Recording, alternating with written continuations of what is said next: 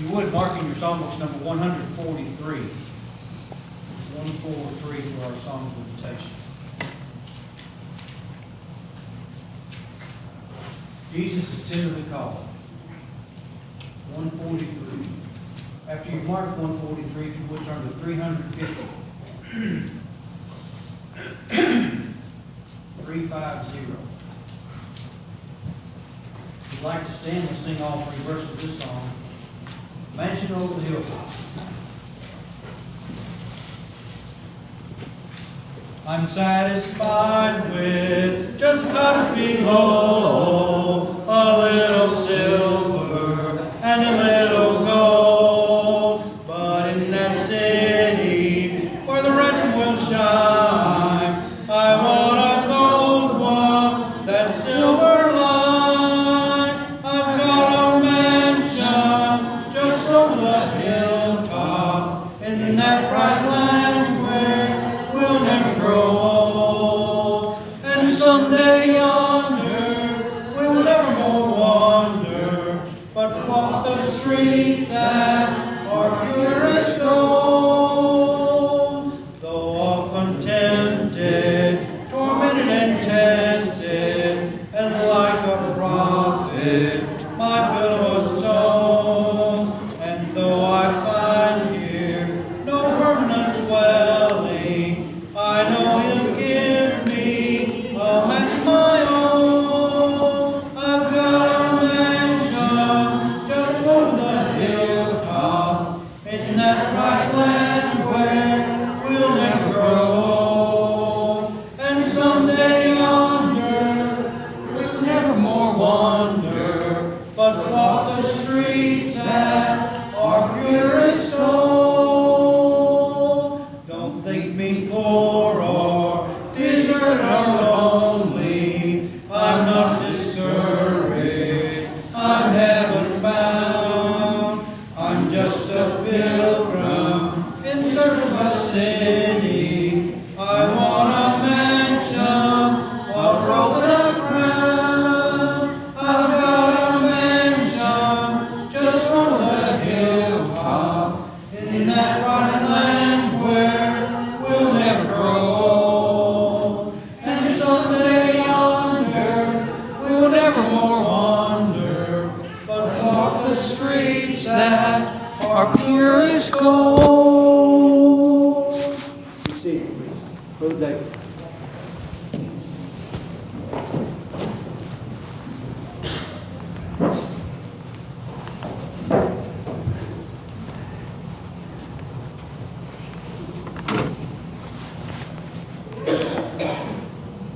Well, good morning, beloved.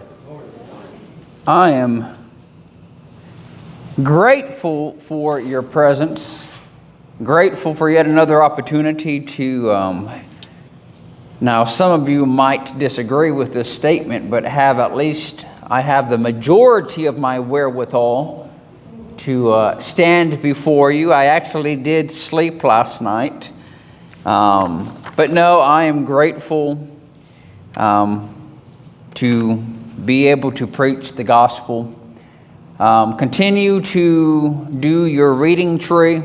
Get those leaves up there so that when fall begins to hit us, every other leaf on the outside will be dropping, but I hope that our tree will be blooming.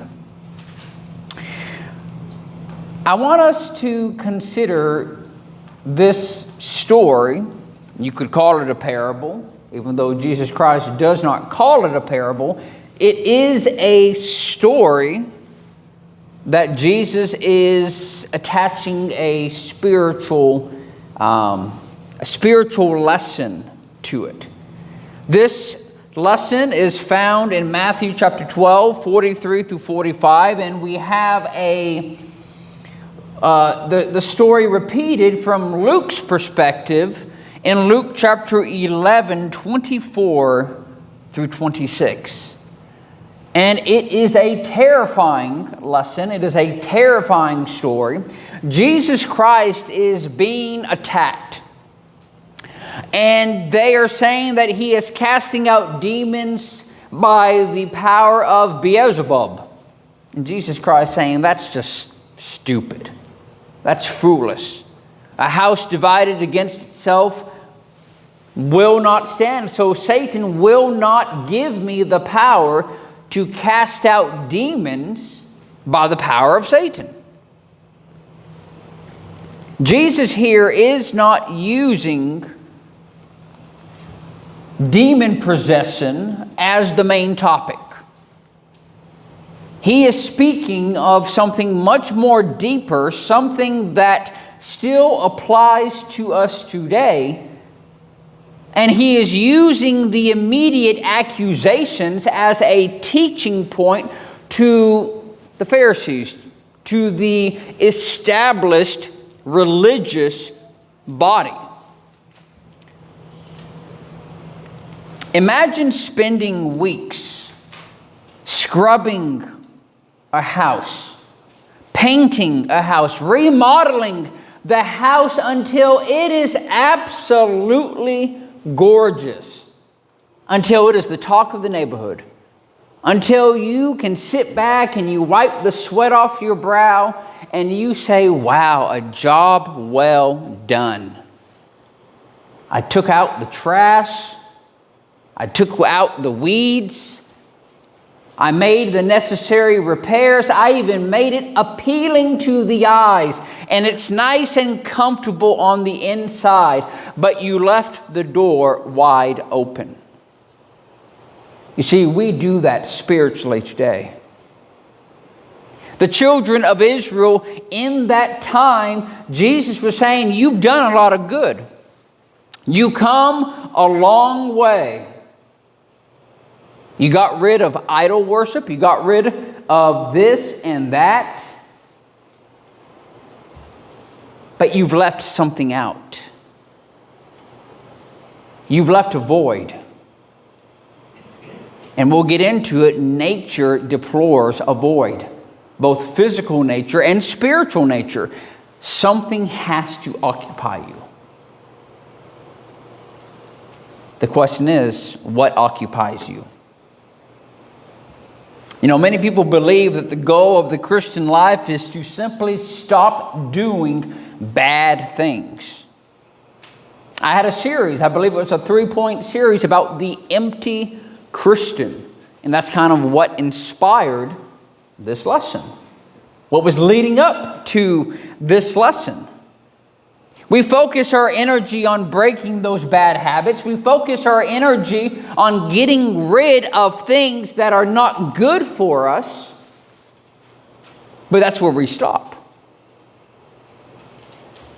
One of the many things that I worked with the men who struggle with addiction is, okay, you come this way to get rid of your addiction, you're only halfway there.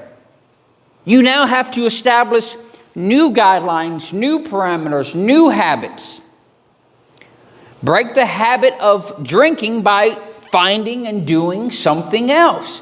Break the habit of smoking, of doing narcotics, of injecting yourself with a needle. Find something for you to do. You have to fill that void. You have to fill your hands, your mind, your heart with something. Something to help you continue to maintain that new cleanliness, that new improved status. See, honestly, Jesus is speaking here about spiritual neutrality. Being kind of just floating. You don't want to be disgusting and having God upset at you, so you get rid of these things. You stop doing certain things, but yet your growth never goes on from there. And so this morning we're going to study how Satan attacks us when we're trying to change. When we're trying to improve, that is when Satan is hoping that you'll take the bait. Because honestly, each and every one of us, if we are a faithful Christian, we have a target on our back. Especially new converts, especially those who have reestablished their the vigor for coming back to the Lord, you especially have a target on your back. And so I want us to look here, because Jesus is warning the Pharisees, you've cleaned up your external behavior. The nation of Israel has cleaned up their external, but it's on the internal that they're failing to address. And so I want us here to look at the relentless pursuit of the enemy, verse 43 of Matthew chapter 12. He says, when an unclean spirit goes out of a man, he goes through dry places, seeking rest, and finds none.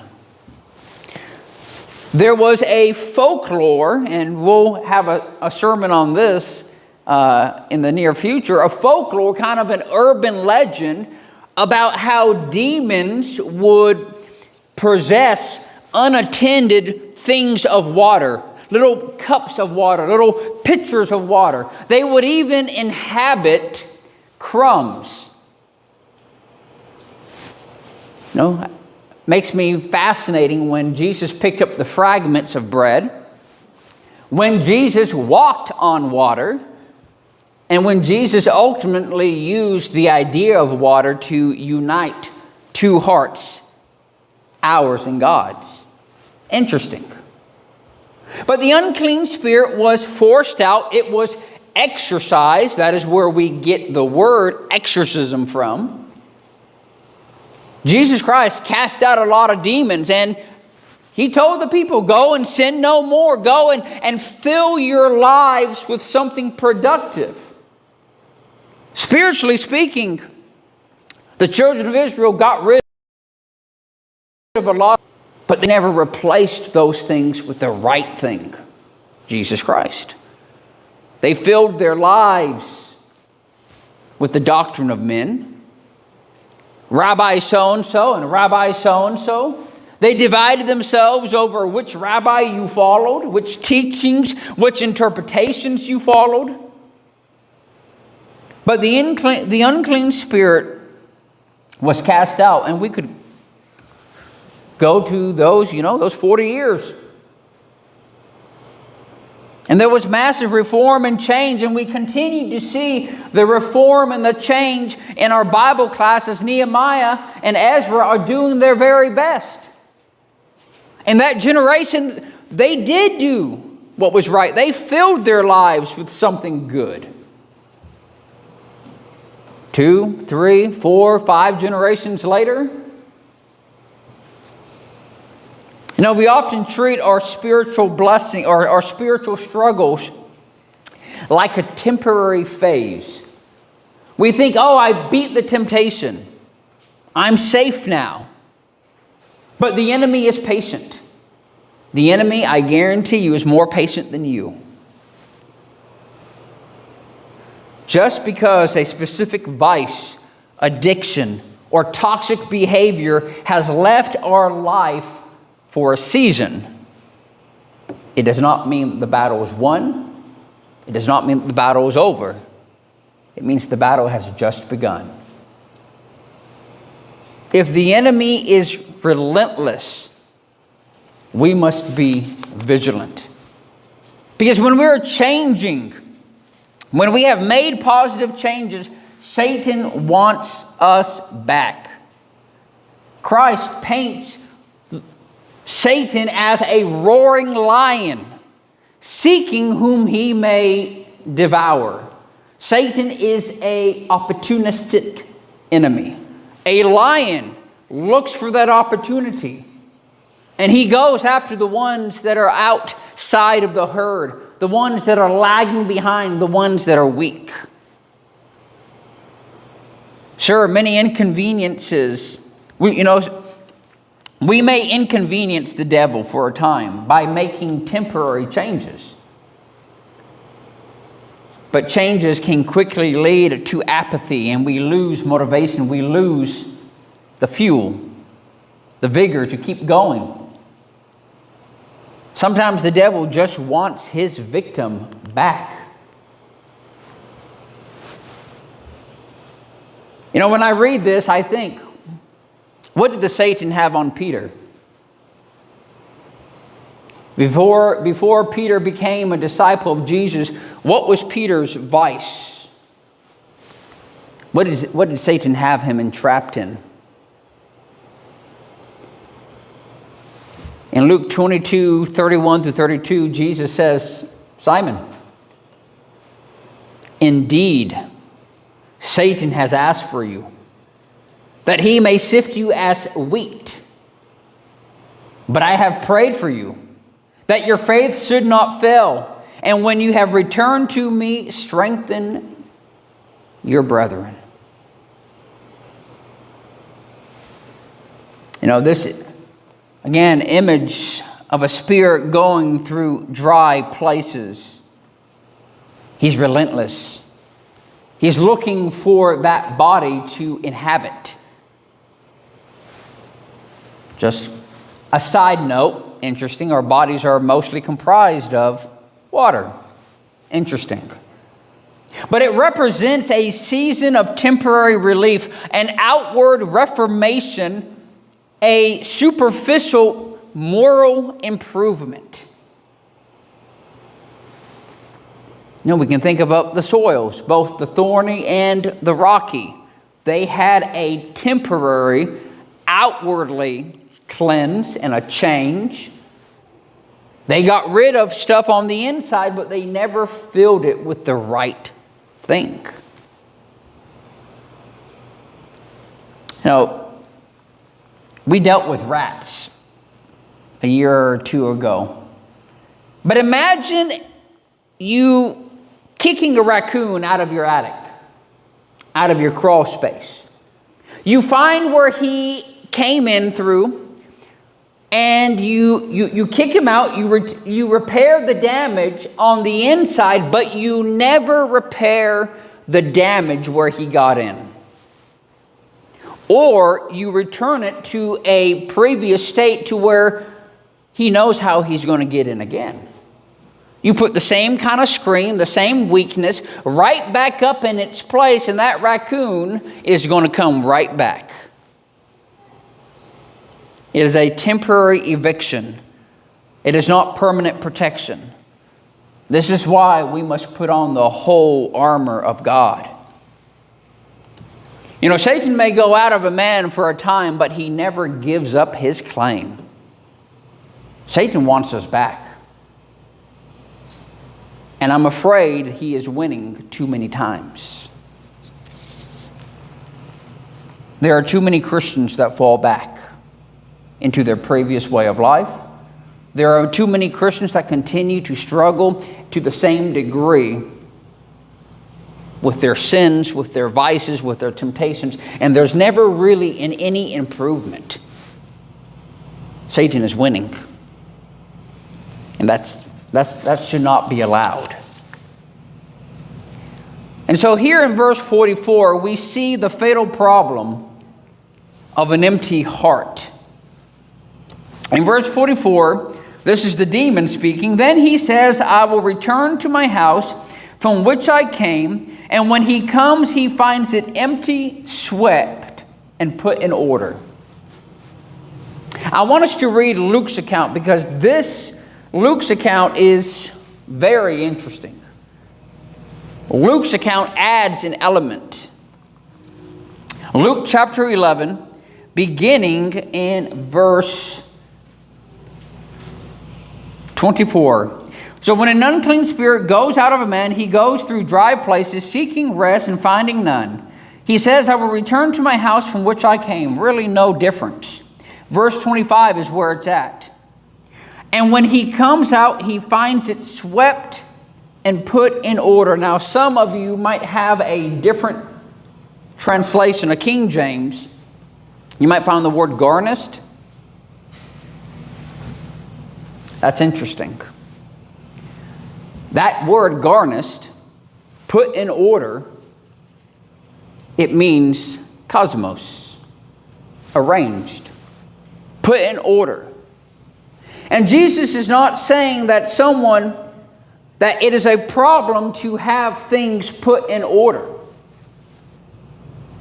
But Jesus is using kind of a figurative language, how we would say to someone who is being smart aleck, oh, you think you know it all. You think you have all the details.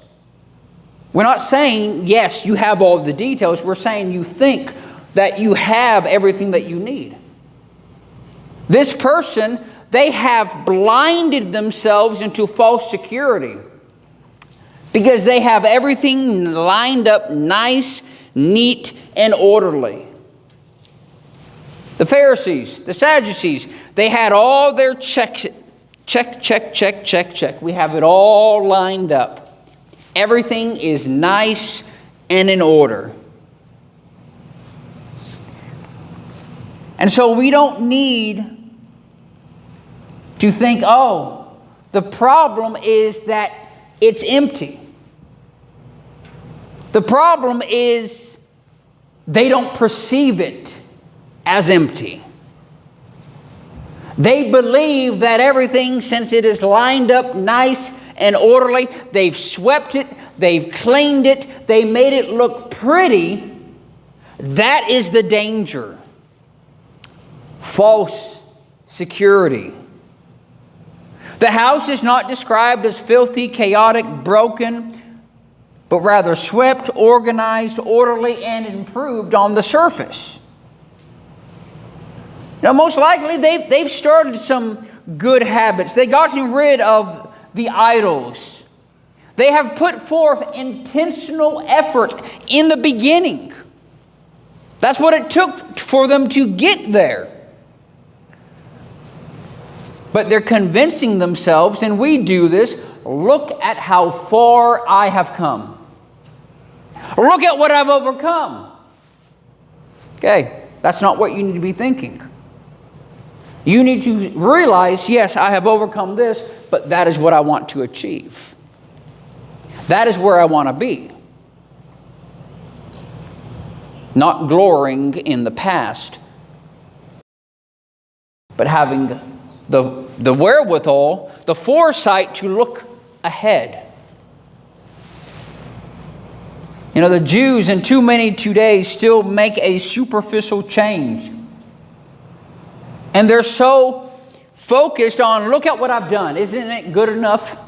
Look at what I've accomplished. I should feel good about myself. That's just the beginning.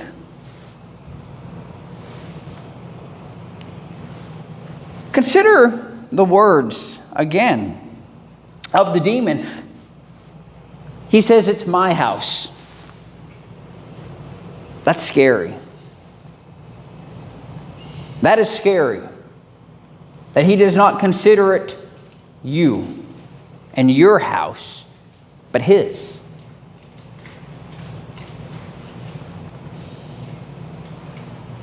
You know, Matthew paints this picture of unoccupied, even at leisure. But the words in Luke, slightly different words there, paints that picture of you're vulnerable because you believe since everything is lined up perfectly on that bookshelf, you've swept, you've dusted, everything looks beautiful, but the front door is wide open and there's the raccoon.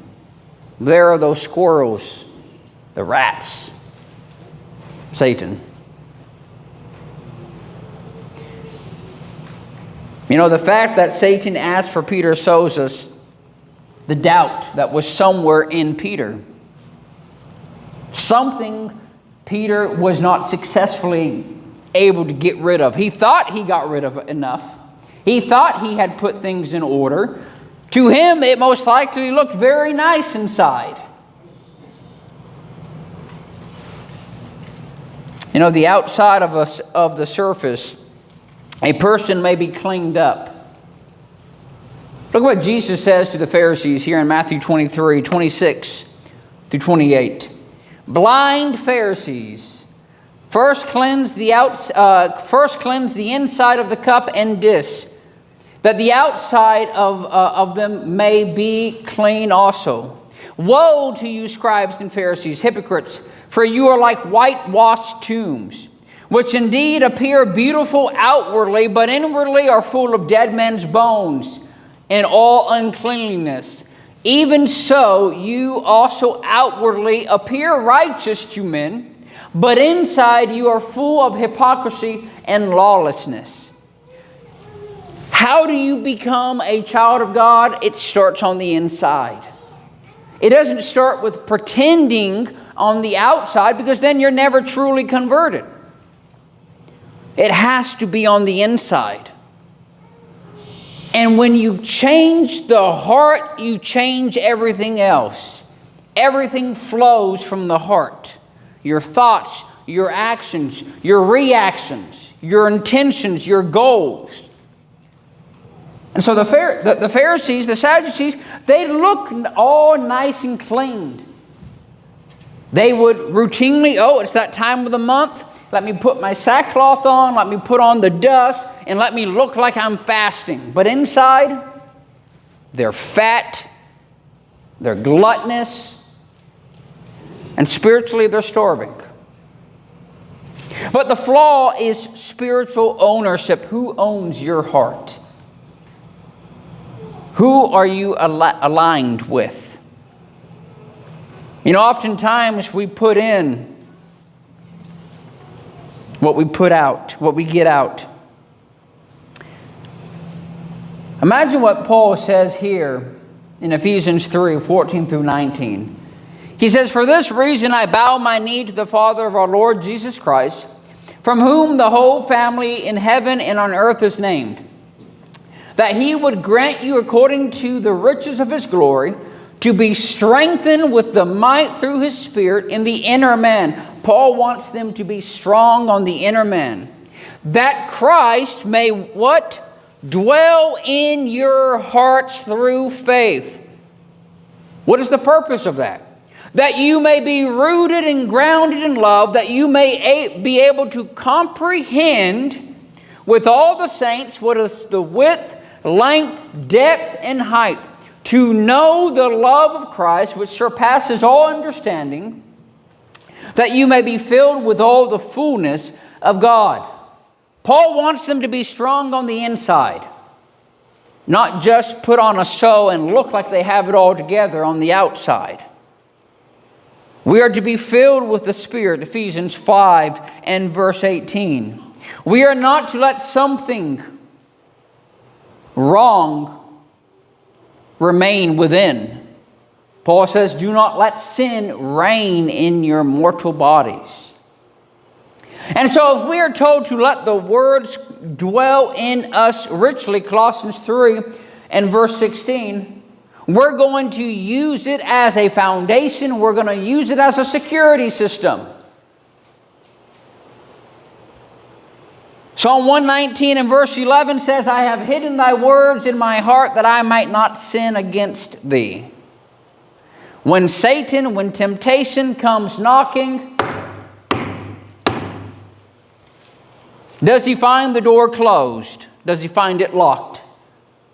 And if he manages to peep his ugly head in, does he find the Word of God there? Staring right back at him, kicking him out. When we're changing, when we have made positive changes, Satan wants us back. Again, that picture there of Satan seeking us as a roaring lion. Satan asking for Peter.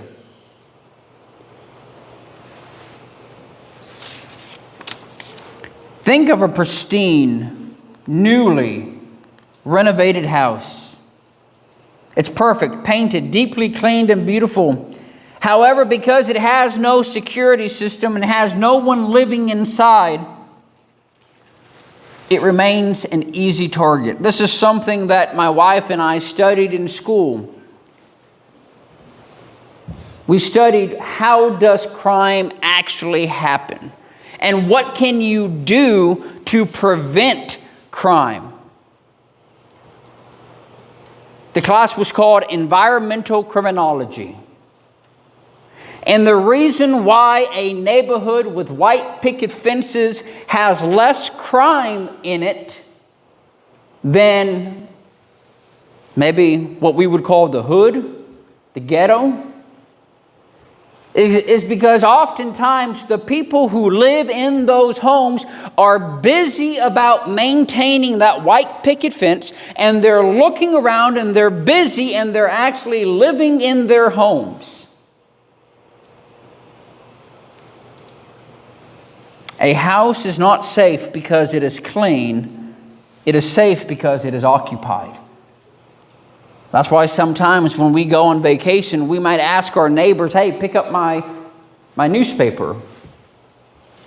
Oh man, do we even do that anymore? I may have just dated myself. Oh man, I just feel old now. But what are we filling our lives and minds with when we become a child of God? Because what we put in is what we get out. C.S. Lewis says this: a man may cease to be bad without therefore becoming good.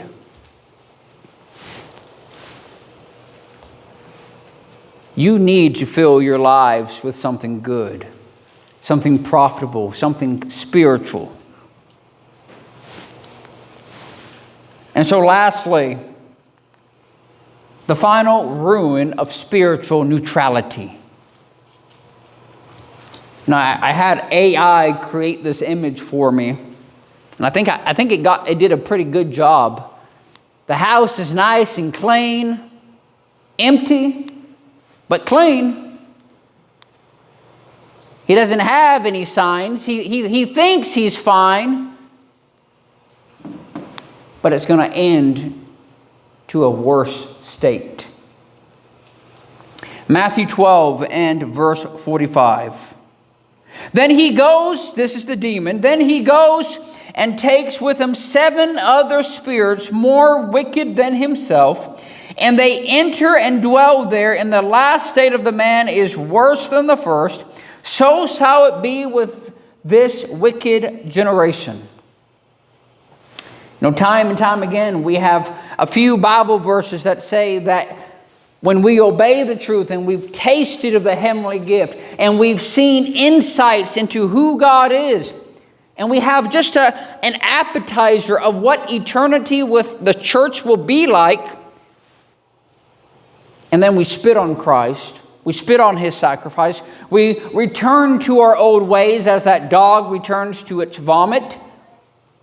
Time and time again, we see that the Bible paints a picture that the end state is worse. There no longer remains a sacrifice. It would have been better if he had not ever come to the truth than to go against it. This is a tragic and sobering end to this illustration. You know, the Jewish nation had done a lot of good. They built synagogues. They made many copies of the Torah. But again, they were leaving something out. God. Instead of saying, Rabbi so-and-so said this, they needed to say, thus saith the Lord. Instead of thinking, what's your opinion on this? No, thus saith the Lord. But instead of God, it was man. Instead of idols, it was man's ideology. Man's opinions, man's doctrine became their new idol. And so we understand that if we are not for God, then we are against God. Matthew 12 and verse 30. You know, the heart may not be evil. You do not have to be a raging maniac, despicable person to be guilty of being in this state. I believe many good-hearted Christians are in this state. Because this is about a Christian. This is about people who have been touched by the cleansing hand of God. And so too many of us, we have our doors wide open. We have no security system. This does not happen overnight. It begins with taking a break on study, on prayer, making a compromise here and there. The Hebrew writer says, therefore we must give the more earnest heed to the things which we have heard. How you are studying now should be dramatically more improved and more in depth than how you were studying 5 years ago, 10 years ago, 20 years ago. Some of you have been Christians longer than I've been alive. And if you're studying the same level, the same things that you were studying 40 years ago, remember the Hebrew writer also says we must move beyond the elementary principles of the Word, the milk, to the meat. Moral improvements are not enough to sustain spiritual growth. Motivation runs out. It runs cold. There must be dedication. We need to know what is at stake, our soul.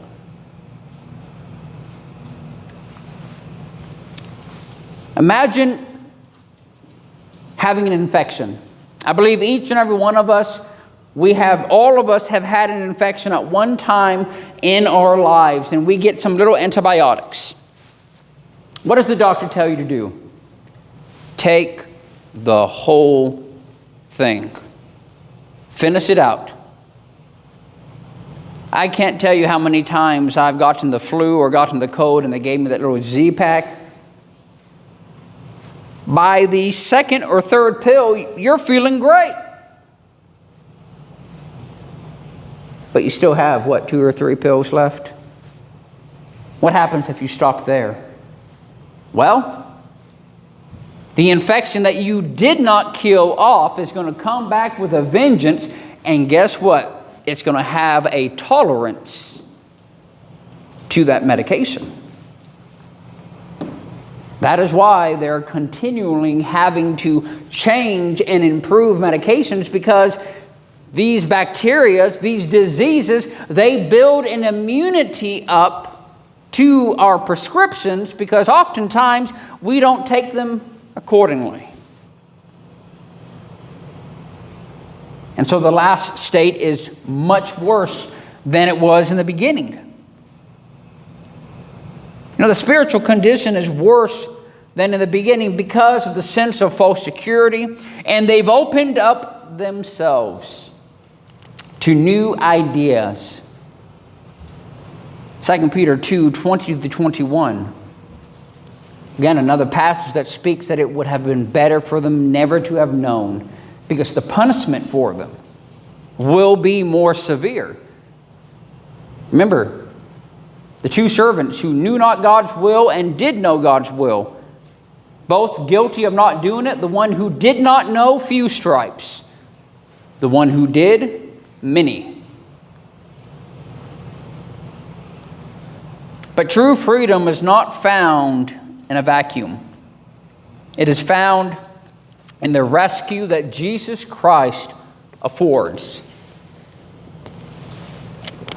It is not enough to taste moral improvement and the blessings that come from it and to turn away from sin, but not to head toward God, not to put God in our hearts. Hebrews 10:26-27.